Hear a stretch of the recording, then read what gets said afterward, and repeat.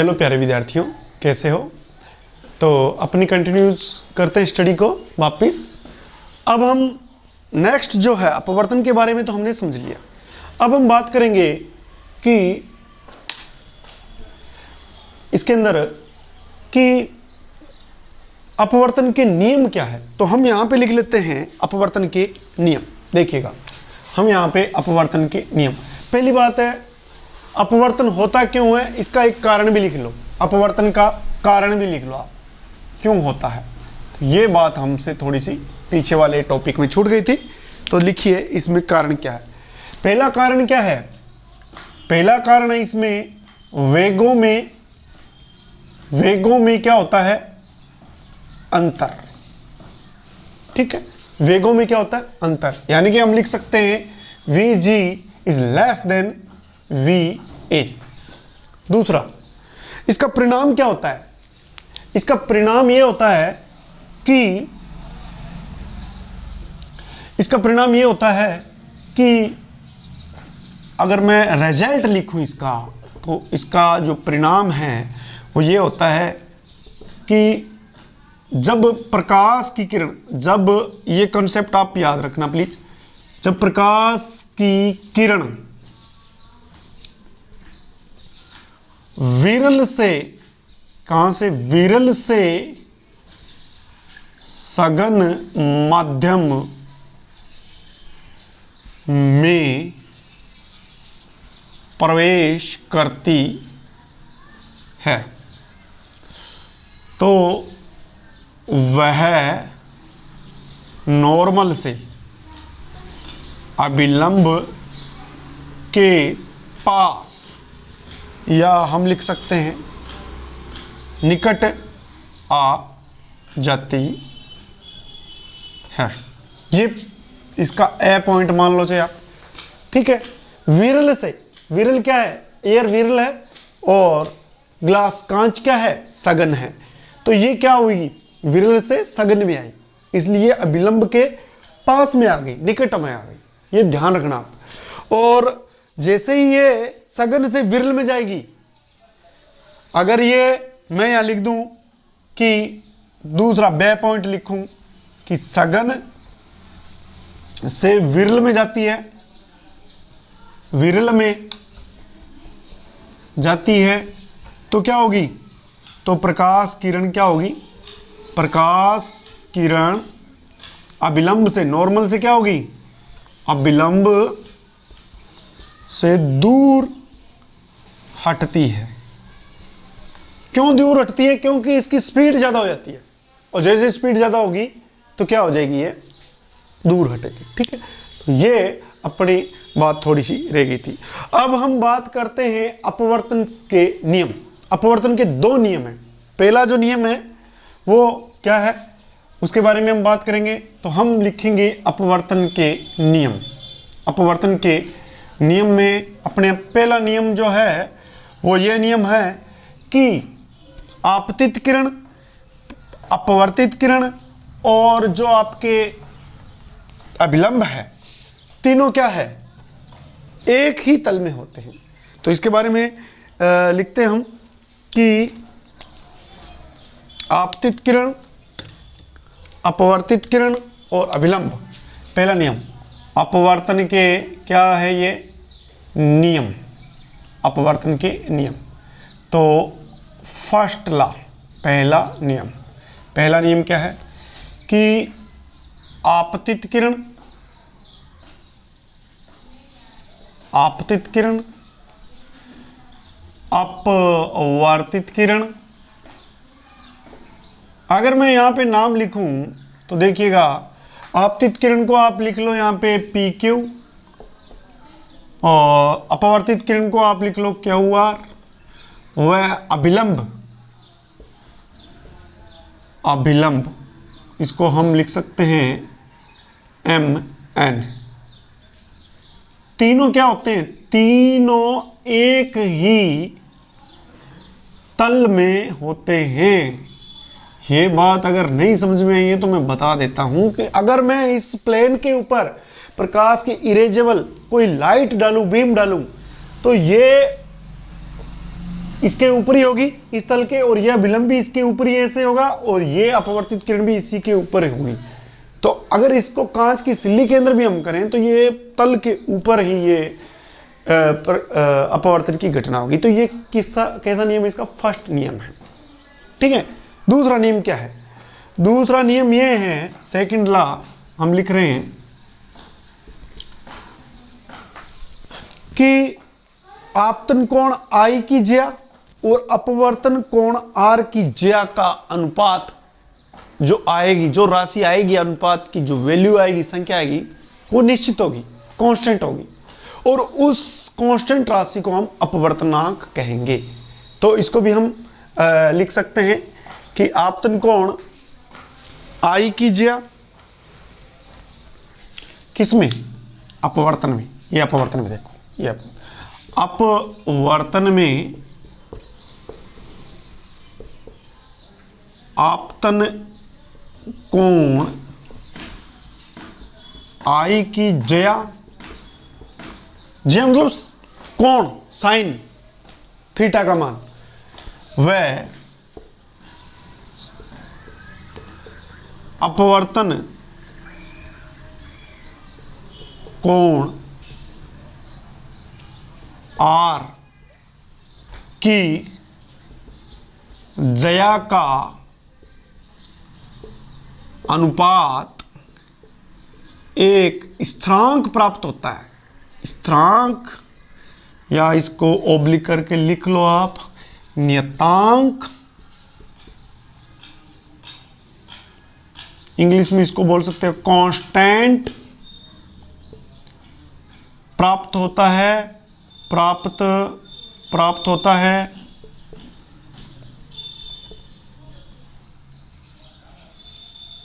जिसे क्या कहते हैं? अपवर्तनांक कहते हैं। अपवर्तनांक कहते हैं। अपवर्तनांक को आप इस सिंबल से U के पीछे ये लाइन सी खींच के भी बना सकते हो, और इंग्लिश में इसको बोलते हैं रिफ्रैक्टिव इंडेक्स। इसको हम अपवर्तनांक कहते हैं। इसको हम अपवर्तनांक कहते हैं। तो प्यारे विद्यार्थियों, ये दो जो है कॉन्सेप्ट आपको मैंने क्लियर करवा दिए हैं।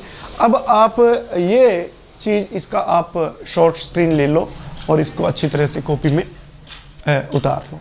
अब नेक्स्ट हम करेंगे अपवर्तनांक के बारे में, थोड़ी बहुत बातें करेंगे कि अपवर्तनांक क्या होता है और अपवर्तनांक का जो है इसका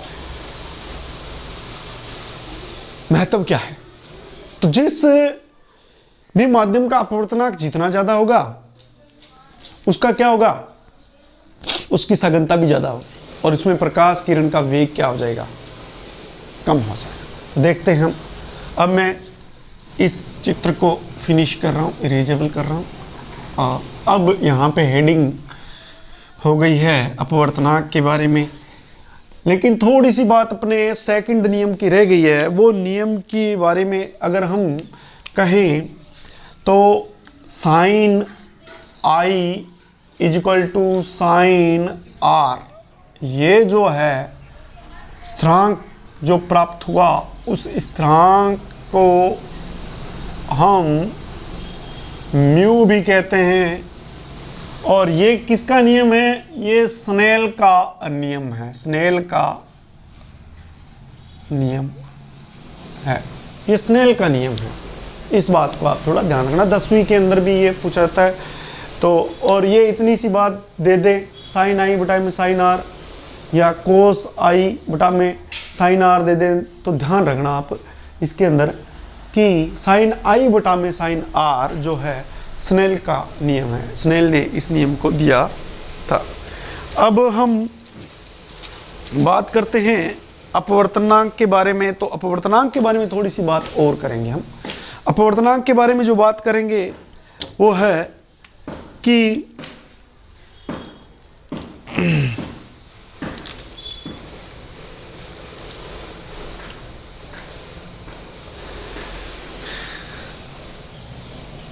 म्यू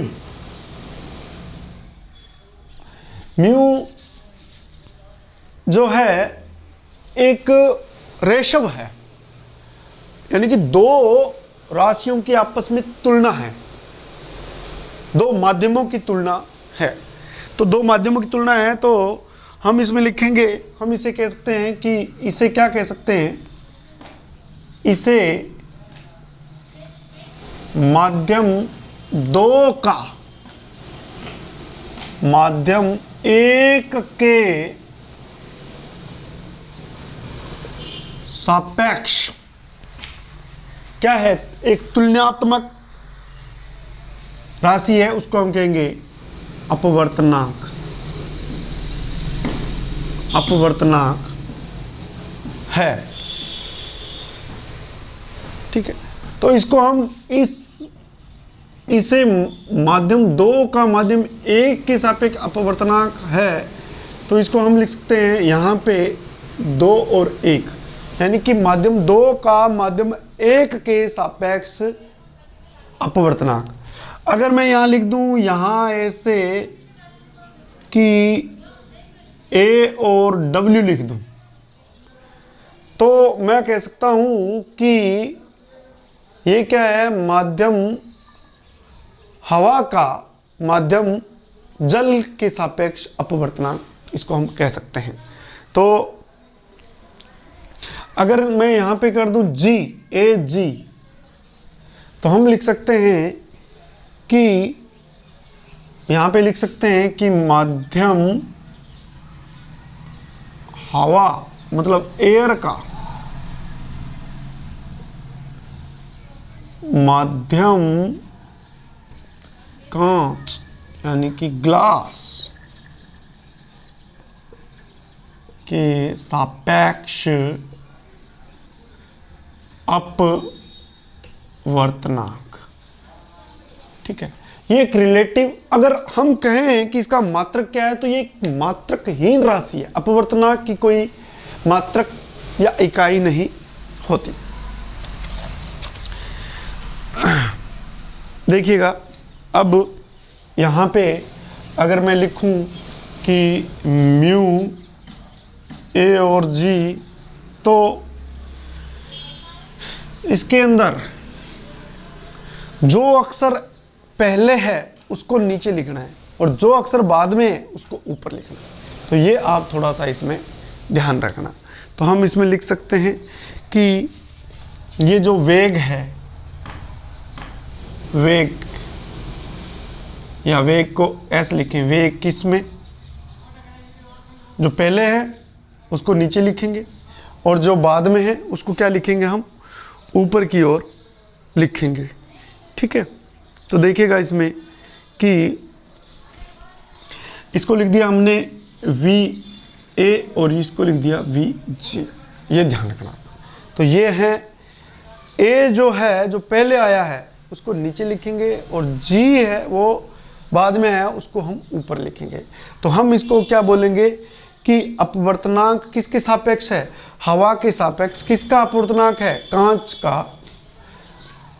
हवा का माध्यम कांच के साथ में सापेक्ष अपवर्तनांक है, ठीक है। अब इसके बारे में थोड़ा सा और अगर चर्चा करें हम, तो इसमें हम लिख सकते हैं कि माध्यम की प्रकृति जो है उसके घनत्व और प्रकाश में उसकी जो तरंगदैर्ध्य है उस पर भी निर्भर करती है। तो यहाँ पे हम लिख सकते हैं एक लाइन कि जो माध्यम की जो प्रकृति है उसके घनत्व और उसकी तरंगदैर्ध्य पर निर्भर करता है। माध्यम की प्रकृति उसके डेंसिटी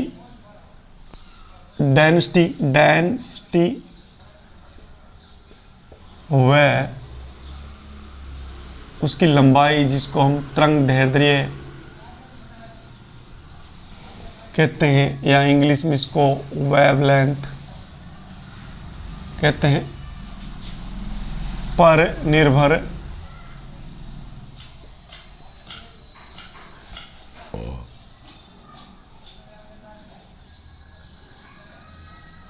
करती है। ठीक है जी। अब हम एक क्वेश्चन करते हैं, उससे ज़्यादा हमें क्लियर हो जाएगा। हम लिखते हैं एक क्वेश्चन कि यदि पानी का अपवर्तनांक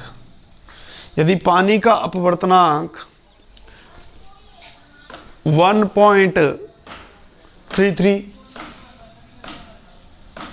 व कांच का अपवर्तनांक 1.50 हो तो पानी के सापेक्ष कांच का अपवर्तनांक कितना होगा? तो पानी के सापेक्ष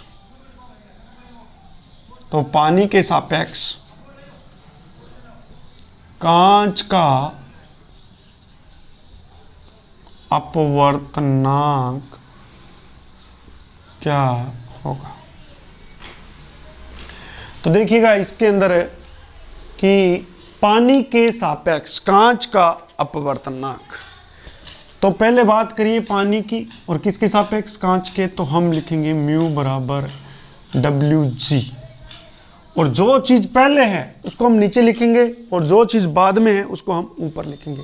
तो हम इसको लिख सकते हैं म्यू पहले है G और ये W नीचे। जो पहले आएगा उसको नीचे लिखना, ये ध्यान एक रखना आपको। ठीक है। अब देखो आप इसका कि म्यू G है 1.50 और ये 1.33। अगर हम इसको डिफाइन करें तो ये लगभग 1.12 इसका अपवर्तनांक सापेक्ष अपवर्तनांक आ गया। और इसका कोई मात्रक नहीं लगाना है, मात्रकहीन राशि होती है। इस प्रकार से हमें अपवर्तनांक के बारे में पता चल गया। तो उम्मीद करता हूं आपको इसके बारे में पता चला होगा कि अपवर्तनांक क्या चीज़ है। अब हम कुछ पदार्थों के जो अपवर्तनांक है उसके बारे में चर्चा करेंगे, उसके बारे में लिखेंगे। तो थोड़ा सा उनको भी आप यहाँ पे क्लियर कर लीजिए। देखिए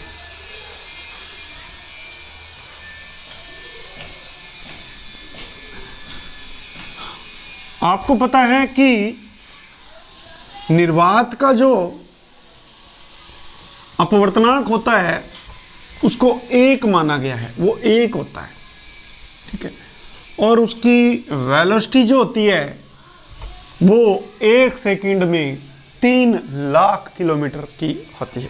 तो देखिएगा इसमें कि हम यहाँ पे लिखते हैं कि